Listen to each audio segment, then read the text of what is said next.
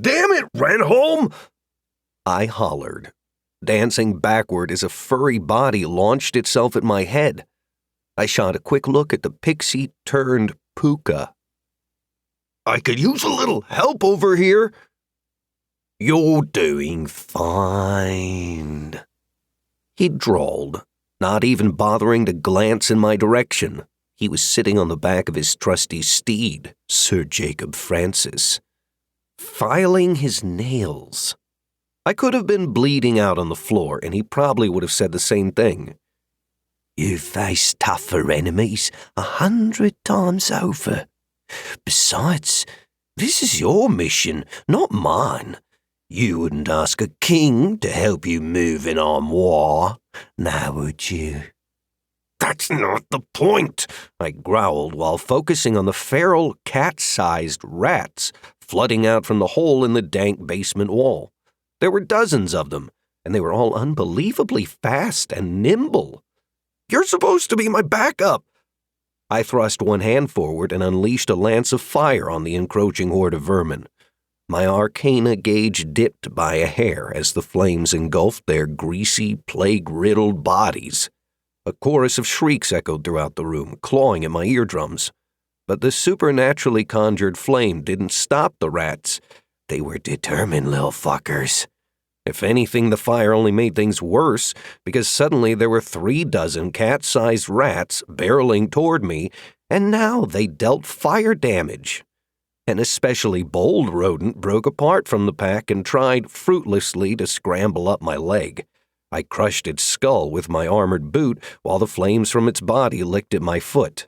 You have killed a subterranean ratling. The world has been cleansed. You have been blessed with 25 essence.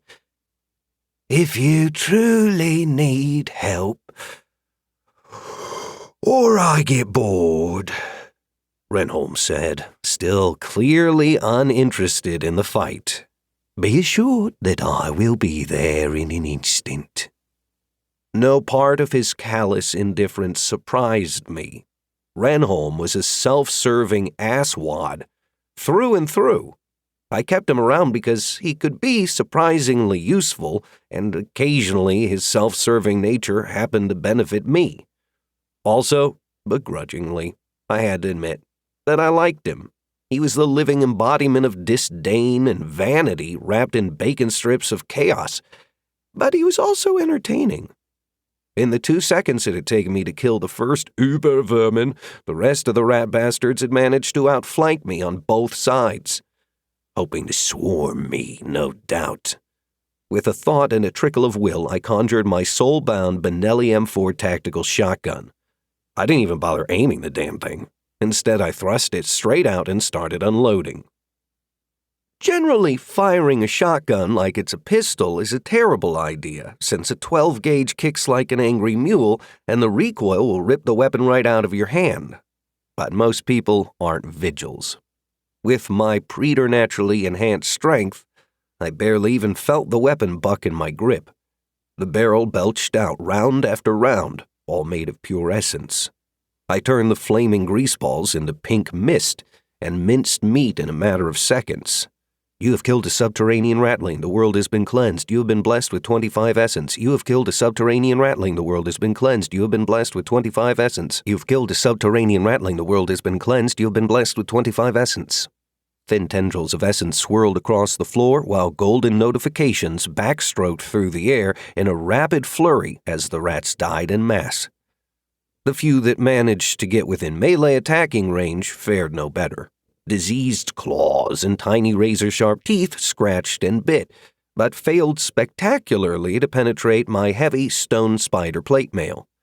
My magic retaliated with vengeance. I was currently running a modified Valor build, complete with the spiked shell ability, which passively reflected physical damage back on my attackers. Steel-gray spikes of arcana erupted outward from my body, skewering the rats and hurling them away in the process. In seconds, the last of them were dead, their broken and twisted bodies littering the floor.